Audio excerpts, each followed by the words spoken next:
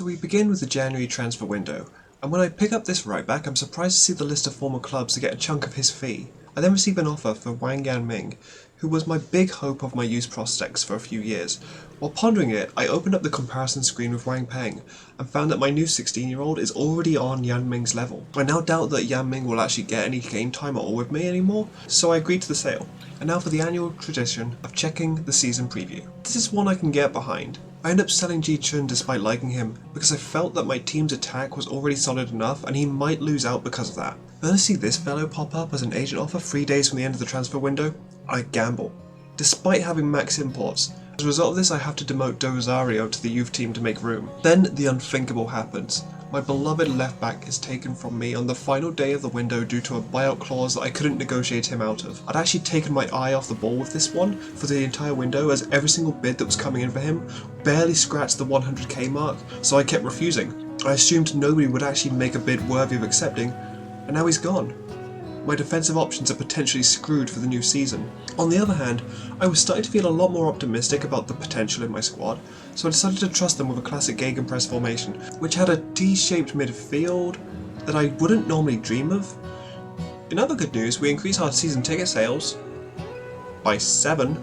Our opening fixture saw us pitted against one of the best teams in the country. The scoreline was awful, but I liked the overall stats, and thus, as a tradition, we're given a cup fixture against a team that was just relegated. Elsewhere, I spotted something interesting happening over in Europe. Turkey has overtaken France to become one of the top 5 leagues? Back to our own story, and it is possible that we have actually been screwed by the schedule, but despite these consistent matches against the nation's top teams, our new 16-year-old midfielder secures a gorgeous debut goal in a match we were annihilated by the people who stole my left back. But we have something they can't have. We set a new league record. My boys then pick up a very strong 3 points right in the middle of this run of tough fixtures in a closely fought game. This is a point where I would have considered a draw or win. 3 points from a top team like this is a big boost in confidence, and this confidence is then snuffed by a 6-1 drubbing that makes me start to doubt the wisdom of changing formation, but I hold on for a few more games. My doubt is somewhat short-lived, as we secure a point against a top 3 team in a match that, by all accounts, we should have won. On top of that, Wang Peng once again showcased his prowess with another belter of a goal. But that rough match against the 3rd place team is succeeded by an even worse match against the reigning champions. Nothing like a 2nd Division Cup tie to help us back into our groove. Oh wait, goodbye Cup Run, as one of the top flight teams. At this point, the Champions League season finally ends, so I received the payout from last year, and this somewhat good news is followed by the tide turning in our fixture list. A relegation 6-pointer went very late, with a 2-0 win as we scored in the 85th and 93rd minutes. Following the successful board request to partner with Stuttgart, I've been feeling more confident in submitting board requests, and despite still being 30 million in debt, the board have agreed to an upgrade in youth facilities. And then, well, we lose 2-0 against a continental contender. It's not that bad. This sets us up for our cup tie, where we take the lead at the hour mark before they equalise in the 85th. We're sent to penalties where our striker misses at the pivotal moment, and 2 more misses secure our elimination. That said, statistically, this was a very solid performance and definite signs that we are improving. See? We're improving! Another 2-0 win in a relegation match, followed by another 2-goal lead and a dominant display against another relegation battler. But then after all of these promising displays, we went 3-0 down in the first 37 minutes, at which point I had mentally clocked out of the match and was waiting for the next match to begin. My players, however, had greater mental fortitude than me and salvaged 2 goals to record a more respectable 1-goal loss. Throughout all of this, I've been getting notifications of my under-19s team, and I'm finally going to acknowledge it. Apparently we're really good down there, and a number of these youngsters are definitely going to be registered into the senior squad during the next transfer window. I had hoped for a better display in the game week that followed and was left with even more devastation. We secure a 2-1 lead minutes before they have a man sent off and somehow go on to concede an equaliser. At least we follow these up with a much better display and a very spicy draw. That draw, in which Filippo Ono was the very clear saviour for our team in dire circumstances, was preempted by social media posts that made an incredibly terrible prediction about him. In the space before the next match, my analyst sent me reports about league performances, specifically one highlighting the worst defender in the entire league. I'm looking at it and I'm thinking, why was I given this? Only to then remember that he's my big money transfer for the upcoming summer window. And that's already been signed. We pick up a win against the team that gave us our first loss of the season, a match where Wang Peng picked up a 6 to 7 week injury in the 3rd minute of 2 minutes of extra time. Talk about shit luck. In the corner of my eye while waiting for the next day to load, I spot something unexpected. Barcelona's Lenin? Distractions aside, we have to focus up because we've just entered the second half of the season, and that awful fixture list that saw us against all of the nation's top teams back to back to back, that fixture list that saw us drop into the relegation zone, that is our fate for the next 2 months, and our first match of this awful schedule is Beijing. And we absolutely took it to the bastards. Holy hell, I am on a high right now. Oh wow. Oh, ow.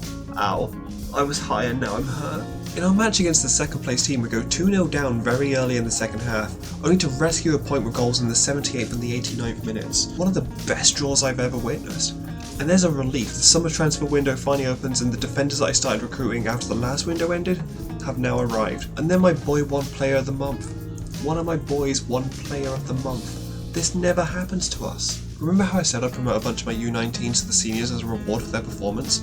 Well, our starting right back got suspended, which gave a debut to a fresh-faced 16-year-old who picked up this beautiful goal in the first 20 minutes of senior football that he ever played. In the 70 minutes that followed, we fell behind 3-2, only to rescue a draw with a 95th minute equaliser.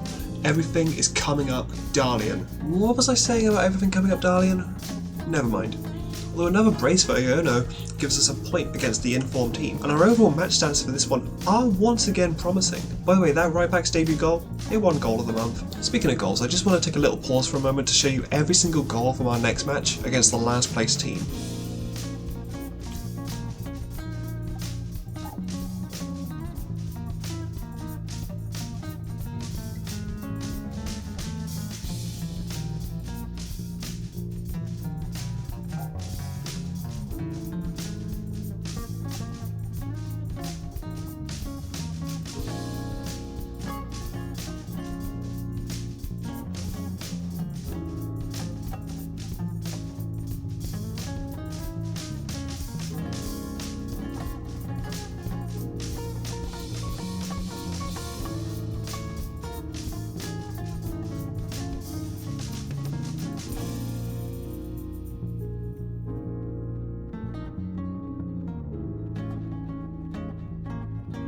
That was a 5-4 win, with the winner coming in the 93rd minute. Almost a catastrophe. What isn't a catastrophe is when we lose 2-0 to the third best team in a display where we were statistically dominant.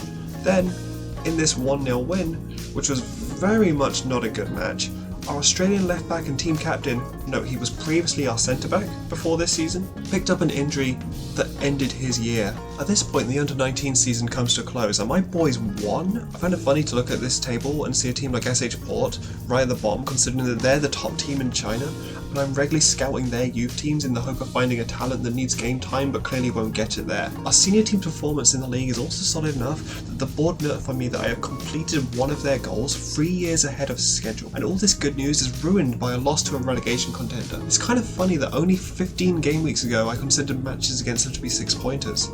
And now I feel like I'm above this kind of result? Maybe we're not so superior to the lower teams after all, but at least the youth intake looks promising, with the top rated player being a striker, a position we're going to have vacancies in soon, considering our current starting striker is in his mid-30s. And yo, what is this? We got our first Faroese talent to come through my academy? He sucks! In our next match we are pitted against the 12th place team, and if we weren't having such a good season, I would have been pretty upset by this loss.